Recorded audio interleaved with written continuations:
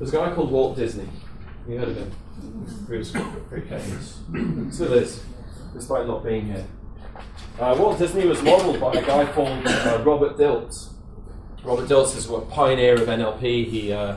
He's done a lot of research into many of the things that I'm talking about this weekend.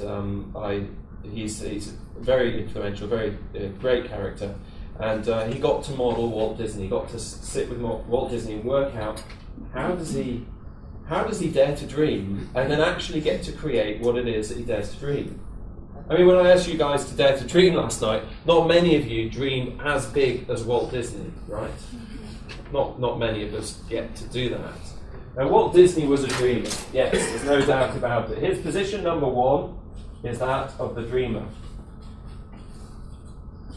That's his default position. Okay. I'm kind of guilty of that as well. I get to dare to dream. I create big dreams. It doesn't mean to say though that they all happen. How many dreamers do we know that don't actually come through with the goods and get to create the amazing theme parks or cartoons or businesses that Walt Disney had? He had other positions that he went into. Now this was unconscious for him, but it came out from the modelling that Robert Dilts did. His second position here was that of the critic. Some of you live in this position, and you never get to dare to dream. You know who you are. What he was able to do is move perceptual positions, different positions, to become the dreamer in this moment. Now, if you're stood here as a dreamer, you only get to dream. You don't have the right to be the critic. When you go into second position here, you can only be the critic. You don't get to be the dreamer. You look in at the dreamer and you are overcritical about that dreamer. You're everyone's HR worst manager, worst nightmare. You only can be critical. You can only be critical about the dreamer over here. There's a third position here. This is what we call the realist. This third position here looks in at the dreamer and looks in at the critic and attempts to answer from a real perspective the critic's criticism about the dream. There's not many people that would have said to Walt Disney when he created the idea of creating the theme parks, "That's a good idea, Walt. You should spend all your money on that and all your time. It's going to be amazing." Not many people would have said that, because more people tend to look at the negatives, the criticisms, rather than the great dreams. It's very rare that you can just say, "I've got this amazing dream, it's going to be wonderful," and everyone that you say to is on side and helps you out with it. You tend to find more critics in the room. So what we have are these three different positions. This came from Walt Disney. I think if Walt Disney made it work, we can too, right? Yeah. Yeah. Yes. Because the educational system was not good for me. Okay, so this product or these products or the games, they would make it different for people it's to make people independent learners, so they can independent learners. Yeah. Okay.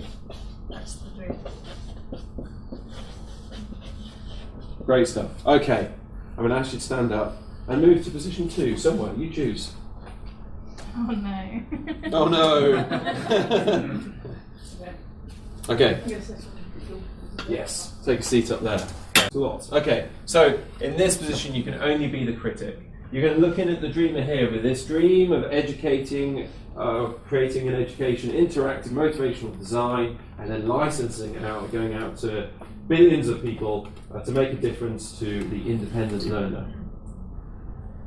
If you were the critic to that person, what would you say about this dream?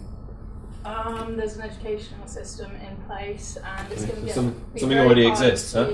Yeah, it's going to be very hard to make people change the way they learn. So it's okay, hard to change that. You need a third and final perceptual position, somewhere you want to go. Nice. You can sit there too.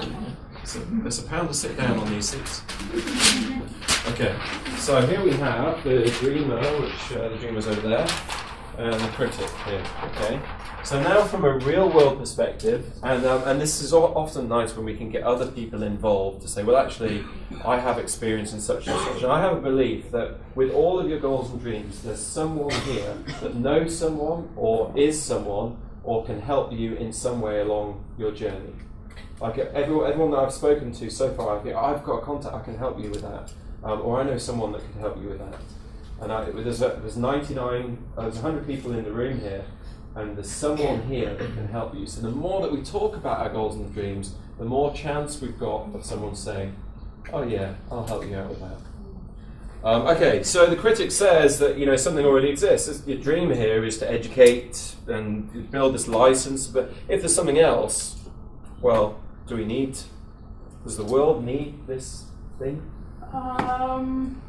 Realistically, the systems in place aren't quite working. If they were, what evidence do you have for that? Well, if you look at the education system, they are looking at, yeah, I just haven't gone beyond that. I've got my portfolio, I've got the ideas. No. Okay, so just stand here for me just for a moment. Looking at the dreamer over there, we've identified there's some fear there, those limiting beliefs. As the guru of that goal and that dream, what is it that you could provide to that person? What is it you could give as the guru who's got all the solutions, your sweetie shop of resources, that for her, if she had those things, it would enable her to achieve this goal, this dream? So what is it that she needs that's going to get her to that investor, that first step? Confidence. Okay, she needs some confidence. Okay, and is there anything else? No. Just that. So if she had a box of confidence, like a box of chocolates, and if she were to take that confidence now, would that get her onto the first step and help her to achieve this goal, this dream? Is that all she needs? Or is there something else?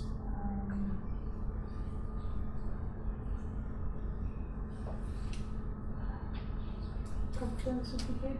Yeah, I'm not sure beyond that what else is needed. Okay. Could you imagine becoming her right now, in this moment, and these are your investors, and you imagine that we've given you this box of confidence right now, and you were going to pitch to these investors, what would that be like?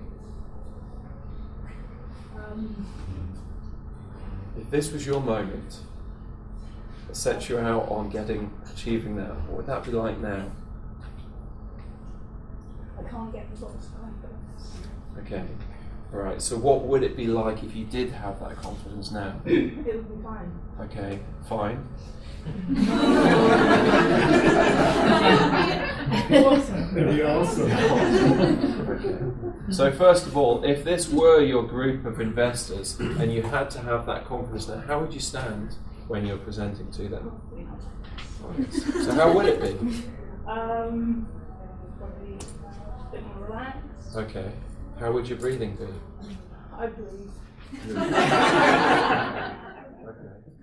Okay. What would you see? Happy faces, people that were interested. They're alright looking, these lot. Happy faces. Okay. Okay. What would you hear?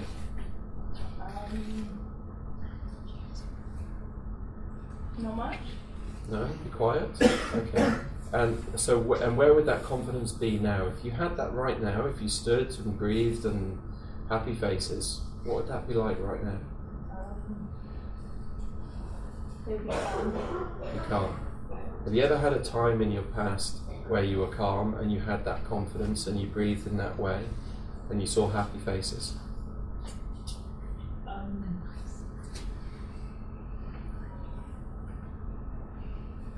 And you felt that confidence?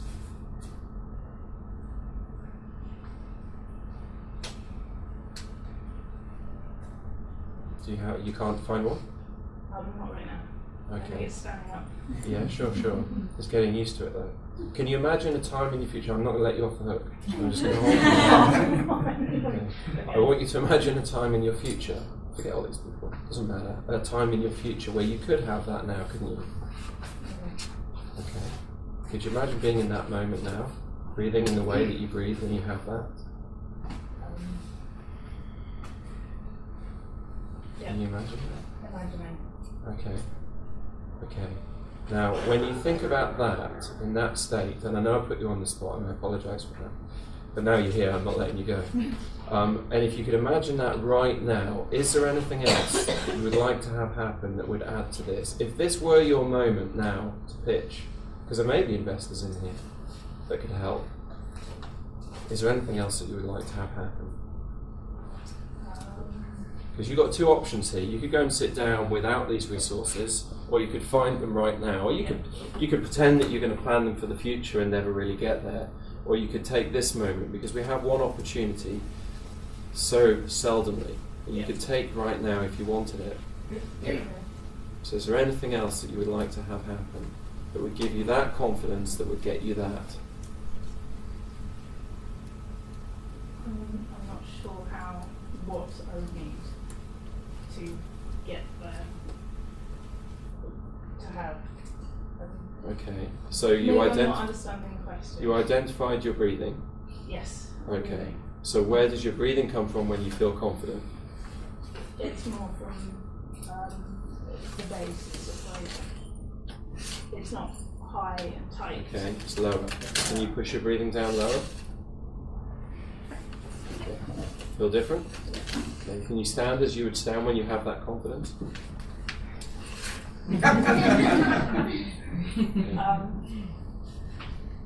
Can you imagine just for a few moments now you're going to pitch to these people to receive this finance to achieve this goal, this dream? Could you imagine that now? Yes. Try. Yeah. No. I mean, yes. Yes, I can. And how does that feel differently to, I could try, maybe, one day I'll work up to it, those kind of limiting beliefs or those limiting factors? It's much better. I think that yeah.